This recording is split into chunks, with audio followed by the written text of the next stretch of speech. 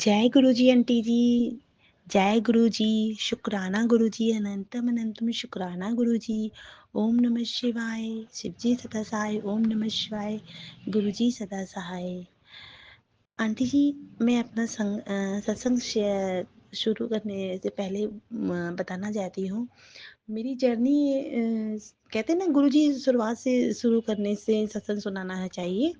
तो मेरी जर्नी गुरुजी से जुलाई 2024 से शुरू हुई है। मैं गुरुजी से अटैचमेंट मेरा होते ही चला गया। मुझे नहीं पता चला कब हो गया, क्या हो गया, लेकिन फिर भी गुरुजी सच में बहुत अच्छे हैं आंटी जी। मुझे हर सत्संग में 7 नंबर की ब्लेसिंग और 777 नंबर की ब्लेसिंग ज़रूर मिलती है, चाहे मुझे कमेंट सेक्शन में हो और चाहे शेयरिंग में हो, चाहे किसी चीज़ में हो, मुझे 7 नंबर की ब्लेसिंग ज़रूर मिलती है। गुरुजी के इतने प्यारे-प्यारे सत्संग होते हैं, सुन के मन बहुत सारे सवालों का जवाब मिल जाता है। और आंटी जी, मैं गुरुजी क्या बताऊँ मैं, जब रास्ते से भी कहीं निकल रही हूँ, मुझे 777, 777 ज़रूर दिखते हैं। अगर जब ये नहीं दिखते हैं तो मन में एक ऐसा अजीब-सा ख़्याल आता है कि ऐसा देखो कि मेरे साथ नहीं है क्या? वो मुझसे गुस्सा हैं क्या? तो मुझे लगता है कि फिर तुरंत ही झट से देखती हूँ, मैं आगे-पीछे गाड़ियों में देखती हूँ या कभी बटरफ्लाई के रूप में गुरुजी की मुझे सामने से ब्लेसिंग मिल जाती है। आंटी जी, गुरुजी की कृपा इतनी है, वो जब से उनसे जुड़ी हूँ, जब से समझ लीजिए मेरे काम बनते ही गए हैं। और कभी दुःख मुसीबत तो देखिए सबके साथ आती-जाती रहती है, लेकिन हाँ, सर पे गुरुजी का हाथ है तो वो भी दूर हो जाती है। ऐसे ही मेरी बेटी भी जब उसको छोड़ने जाते हैं, तब भी मुझे 777, 777 की ब्लेसिंग ज़रूर मिलती रहती है। एक दिन ऐसा क्या हुआ कि मेरे देरानी का बेटा है, बस वो पढ़ाई नहीं करता है, पढ़ाई के लिए भी बहुत चोरी करता है, तो मैंने उसको डाँटा डाँटा और खूब डाँटा। मैंने बोला कि पढ़ाई करो, नहीं करोगे तो तुम्हें अच्छे से बेकार स्कूल में करा दूँगी। मैंने काफ़ी डाँटा उसको। फिर कहीं न कहीं मुझे गुरुजी की बात का ध्यान आया कि मैंने उसको डाँटा नहीं, डाँटना चाहिए था। तो मन में एक ख़्याल आया, गुरुजी अगर मैंने गलती करी हो तो मुझे 777 की ब्लेसिंग मत देना। अगर मैंने सही करा हो तो आप मुझे ज़रूर दीजिएगा। तो आप संगत जी विश्वास नहीं मानेंगे, मैं जैसे ही अपने घर से बाहर निकली मुझे 777 की ब्लेसिंग मिली। मैं अपनी बेटी को स्कूल लेने जा रही थी, मुझे 777 की ब्लेसिंग मिली। मैं देख के इतना खुश हो गई, इतना खुश हो गई कि बता नहीं सकती हूँ। मैं तो गुरुजी हर पल मेरे साथ रहते, हर पल समझिए। मन में तो एक थॉट आया था इसके पहले, गुरुजी तुरंत अपनी कहीं न कहीं प्रेज़ेंट क दिखाई देते हैं। ऐसे तो सत्संग बहुत है, लेकिन कहते हैं ना, कुछ समझ ही नहीं आता क्या कहूँ, क्या ना कहूँ। बस आंटी जी, गुरुजी अपनी यूँ ही कृपा बनाए रखें और कोई भी मुझसे गलती ना होने दे, अपनी बेटी पर बनाए रखें। कुछ मन में सवाल थोड़े से होते हैं जो जिनका मतलब मैं समझ नहीं पाती हूँ उसको क्या करूँ। ऐसे आंटी जी, मैं एक बात शेयर करना चाहती हूँ कि जैसे मैं अपनी शॉप में मैंने पहले बताया मेरा पार्लर है। मैं अपनी शॉप में बैठी हुई थी, कॉस्मेटिक में भी बैठी, कॉस्मेटिक भी और पार्लर दोनों ही है। मैं अपनी शॉप में बैठी थी, अचानक से शॉप से बाहर ही आ रही थी, अचानक से एक साधु जी बाहर से निकले और बिल्कुल वो भोले बाबा की तरह, जैसे कि त्रिपुंड लगाए, काले कपड़े पहने और कमंडल लिए ऐसे थे। तो कमंडल लिए बैठे थे। वो जैसे ही मैंने उनको देखा मैं रुक गई, क्योंकि मुझे कहीं न कहीं गुरुजी की बात का यही ध्यान आ गया कि मतलब अपने द्वार से किसी को भी खाली हाथ नहीं लौटाना चाहिए। तो वो उन्होंने मुझे देखा और मेरी शॉप की तरफ आए। गुरुजी की शॉप ही है, आए।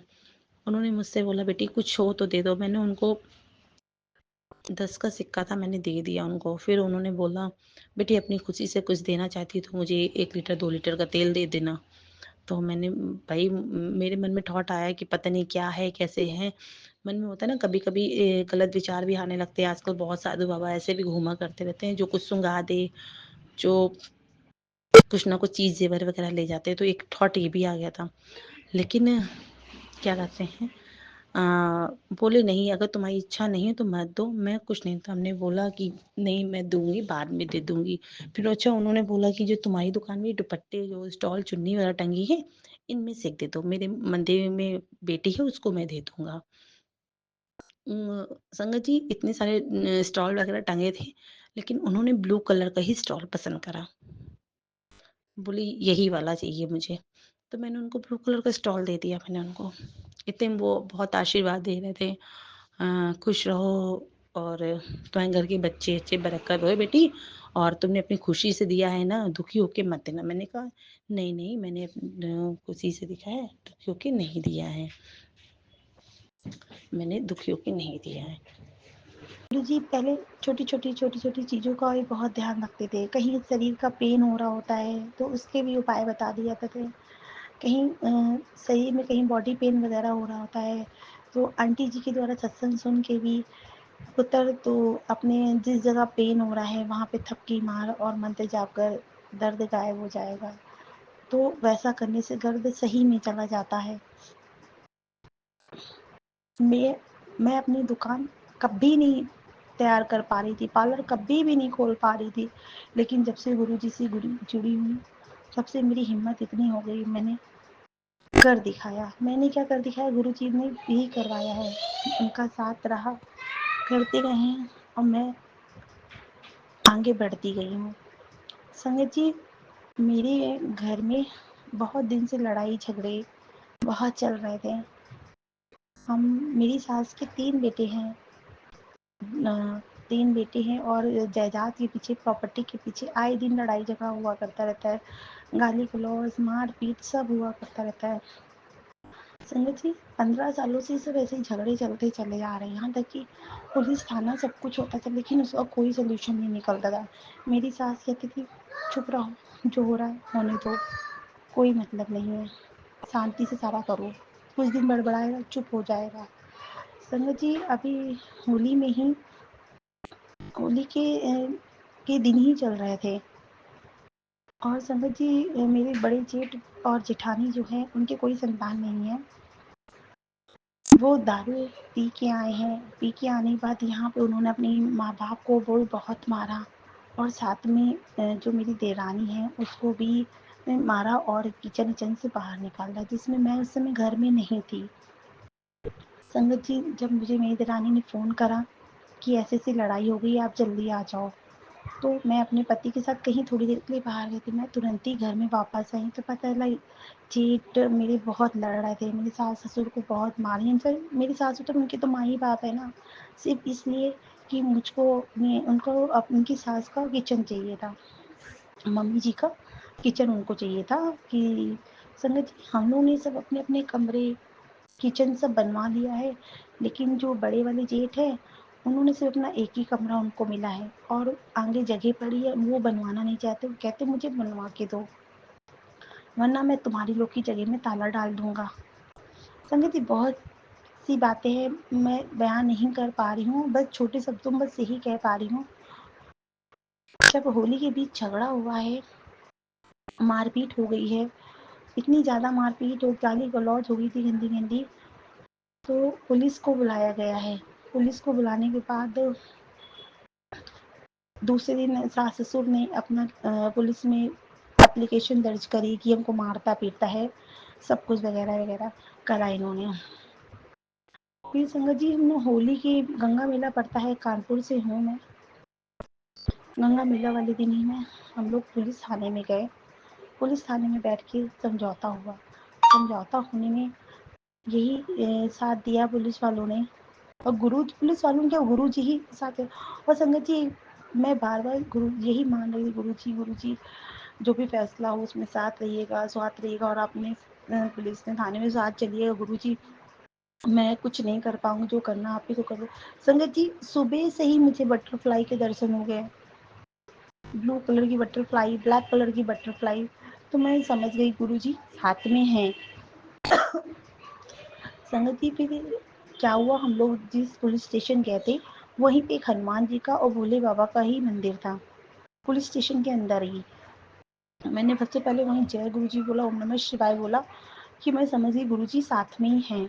फिर भी कहीं ना कहीं बहुत डर लगता है, क्या होगा कैसे होगा। पहली बार पुलिस थाने में जाके सामना करना और इतनी इतनी बहसबाजी होना, तो क्या आप समझ सकते हैं कि इंसान क्या ही कर सकता है। लेकिन बस मैं गुरुजी मनाई रही, तो मेरा भाई साथ में आया, भाई की कलिंग थी वो भी साथ में आया सोल्यूशन कराने। तो जैसे तैसे इतनी मेरी जेठानी बहुत तेज़ है, बहुत उल्टी सीधी बातें अपनी सास को बोलती, मैं मार डालूंगी, ये कर दूँ, गला दबा दूंगी, बहुत सी बातें बोला करती रहती मेरी सास को। संगत जी फिर पुलिस थाने में सोल्यूशन समझौता नामक हो गया कि पूरा मकान बिकेगा, खाली एक हिस्सा मेरे जेठ जी का नहीं बिकेगा। थोड़ी बहुत लड़ाई झगड़े के बाद अच्छे से ये समझौता नामक, जिसमें वो मेरा जेठ जो है राजी हो गए थे। राजी होने में मतलब आप समझ लीजिए संगत जी, इतने सालों से लड़ाई झगड़ा चल रहा था, मेरी सासू तो सुनते नहीं थे मेरी। मैं बहुत बार कह चुकी थी मकान बेच तो सोल्यूशन हो जाए, लेकिन सोल्यूशन वो करने के लिए तैयार नहीं थे। लेकिन संगत जी देखिए ना, गुरु जी के साथ बस कुछ ही महीने हुए जुड़ने पे गुरु जी ने सारा काम बनवा दिया, और बहुत अच्छे से बनवा दिया। बस गुरु जी से यही अरदास है, गुरु जी जो मकान अब बिकने के लिए तैयार हो रहा है, जिसमें आप जो उचित समझते हो, जो भी उचित समझ, चाहे बिकना हो चाहे ना बिकना हो, बस आप उस फैसले में साथ रहिएगा गुरु जी। मैं अकेले कुछ नहीं कर पाऊंगी, मैं अच्छा बोलूँ बुरा बोलूँ, जो भी बोलना बस आप ही बुलवाइएगा गुरु जी। और गुरु जी सारा सोल्यूशन होने के बाद सब लोग जब घर जा रहे थे, मैंने उस पुलिस थाने में ही, और भी शाम के समय जब अंधेरा हो गया, मैंने वहीं एक बटरफ्लाई देखी। सोची समझी मुझे कितनी अंदर से खुशी हुई। गुरु जी देखिए कितना साथ देते अपनी बेटियों की, अपने बच्चे का कितना साथ देते हैं। जय गुरु जी, शुक्राना गुरु।